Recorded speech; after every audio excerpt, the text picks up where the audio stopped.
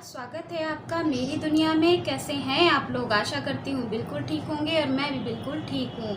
तो चलिए शुरू करते हैं। आज का टॉपिक सूर्य ग्रहण को लेकर है, जो अमावस्या तिथि को पड़ रहा है, जो 2021 की साल का पहला सूर्य ग्रहण पड़ रहा है।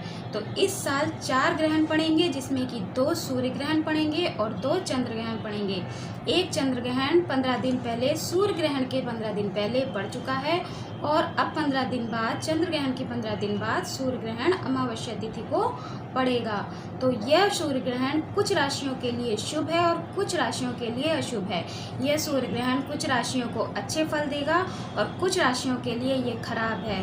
तो वे चाहे अच्छे फल दे या खराब फल दे, आपको जितनी देर सूर्य ग्रहण पड़ेगा आपको मंत्रों का जाप करना है और कुछ भी खाना पीना नहीं है। तो आप उसके नियमों का पालन करें। वैसे तो ये इंडिया में आंशिक ग्रहण माना गया है, ये आंशिक ही पड़ेगा।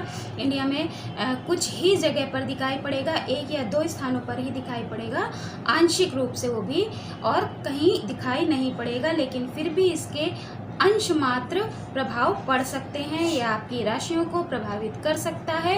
इसीलिए आप सूर्य ग्रहण के सारे नियमों का पालन अवश्य करें। आपको सूर्य ग्रहण शुरू होने से पहले अपने भोजन में तुलसी जी डाल देनी है, या आप कुशा भी डाल सकते हैं, और आप स्वयं भी तुलसी जी ग्रहण कर लें। जब सूर्य ग्रहण समाप्त हो जाता है तो आप स्नान आदि करके पूरे घर में गंगा जल छिड़क दें। गंगा जल छिड़क कर और मंदिर में गंगा जल छिड़क कर तभी आप मंदिर को जाकर स्पर्श करें। मंदिर में जो भी आपके देवी देवता हैं उनको स्पर्श करें स्नान करके और गंगा जल छिड़क के, शुद्ध होके, क्योंकि इसकी जो निगेटिव एनर्जी होती है वो आपके शरीर पे पड़ती है। अंश मात्र ही है, लेकिन उसका प्रभाव थोड़ा न थोड़ा, कहीं ना कहीं अंश मात्र होता है। तो इन सब नियमों का पालन आप अवश्य करें और कोई भी भ्रांतियां मन में ना रखें। मैं जान लेते हैं, यह 10 जून की दोपहर को 1:42 से शुरू होगा और शाम को 6:41 पर समाप्त होगा।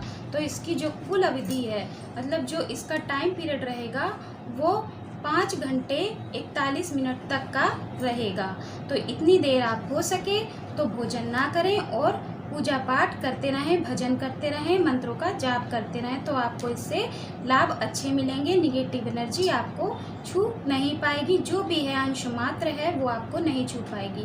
जो गर्भवती स्त्रियां हैं वो विशेषकर ध्यान रखें कि जितनी देर सूर्य ग्रहण पड़ता है उतनी देर कोई भी पैनी चीज़ का इस्तेमाल ना करें, जैसे कि चाकू है, कैंची है, छुरी है और सुई धागा है। इन सब चीज़ों का इस्तेमाल ना करें। खुरपी, कदाली और ताले चाबी का भी इस्तेमाल ना करें। उस दिन ताला चाबी, आप उतने घंटे तक ताले चाबी का इस्तेमाल ना करें। ना ही आप ताला चाबी लगाएं और ना ही आप खोलें। तो आपको ताले चाबी का भी इस्तेमाल नहीं करना है। अगर आप ऐसा करती हैं तो आपके बच्चे के शरीर में शारीरिक जो विकृति पैदा हो सकती है। तो इसीलिए ये सब चीज़ें नहीं करी जाती हैं। आप अपने बचाव के लिए, अपने बच्चे की रक्षा के लिए आप अपने पेट में गेरू और कोयले का इस्तेमाल कर सकते हैं। उसको आप लिक्विड फॉर्म में बना लें, मतलब एक गाढ़ा सा पेस्ट बना लें और उसको आप अपने पेट को कवर कर लें उससे। तो आपके बच्चे की रक्षा होती रहेगी। उससे जो निगेटिव एनर्जी है वो आपके बच्चे तक नहीं जा पाएगी। तो ये आप कर सकती हैं गर्भवती स्त्रियां, और अधिक से अधिक मंत्रों का जाप करती रहें, अधिक से अधिक भगवान का भजन करती रहें, भगवान का नाम लेती रहें। आप ओम नमः शिवाय, ओम नमो भगवते वासुदेवाय गायत्री मंत्र का जाप कर सकती हैं। और आप कोई भी ग्रंथ लेकर पढ़ सकती हैं उतनी देर। जो भी आपके घर में ग्रंथ है, गीता है, रामचरितमानस है, या कोई भी पद्म पुराण है, या शिव चालीसा है, जो भी है, आप उतनी देर, हनुमान चालीसा है, आप पढ़ें। महामृत्युंजय मंत्र का पाठ भी आप उस दिन कर सकती हैं। तो इन सब चीज़ों को आप करती रहें। और जब ग्रहण समाप्त हो जाता है तो दान अवश्य दें। अमावस्या में और ग्रहण में दान का महत्व बहुत अधिक होता है। तो आप दान अवश्य दें। गरीबों को, जो निर्धन है व्यक्ति हैं, उनको आप दान दें। गेहूँ दें, उड़द की दाल दें, गुड़ दें, चना दें, और जो भी आपसे सामर्थ्य पूर्वक बन पाए आप उनको दान दक्षिणा अवश्य दें। तो आपके जो प्रभाव होंगे आपके राशि में वो कम हो जाएंगे या फिर बिल्कुल भी माइनस हो जाएंगे। और सूर्य ग्रहण का सूतक मान्य नहीं होगा। क्योंकि यहाँ पे आंशिक सूर्य ग्रहण पड़ रहा है इंडिया में, तो वो सूतक मान्य नहीं होगा, तो आपको सूतक नहीं मानना है। वैसे तो सूर्य ग्रहण का सूतक 12 घंटे पहले पड़ जाता है, तो वो 9 जून को 1:42 पे शुरू हो जाएगा, लेकिन आपको सूतक नहीं मानना है, वो मान्य नहीं है। सूतक में मंदिर के दरवाजे, मंदिर बंद कर दिए जाते हैं, भगवान को स्पर्श नहीं किया जाता है, पूजा पाठ नहीं की जाती है। तो यहाँ पे जब सूतक मान्य नहीं है तो आप पूजा पाठ कर सकती हैं। वट सावित्री का व्रत सुबह जल्दी आप उस दिन व्रत करके पूजा पाठ कर सकती हैं, इससे कोई भी गलत प्रभाव नहीं पड़ेगा। तो आप पूजा आराम से करें, लेकिन जब ग्रहण शुरू हो जाए तब आप विशेषकर उतनी देर आप इन नियमों का थोड़ा सा पालन कर लें, तो आपको कोई भी परेशानियों का सामना नहीं करना पड़ेगा। जो स्त्रियां गर्भवती हैं वो एक उपाय और कर सकती हैं, वे अपने सर से लेकर पैर तक का एक काला धागा लंबाई में नाप लें। जितनी आपकी लंबाई है उतना ही लंबा काला धागा होना चाहिए।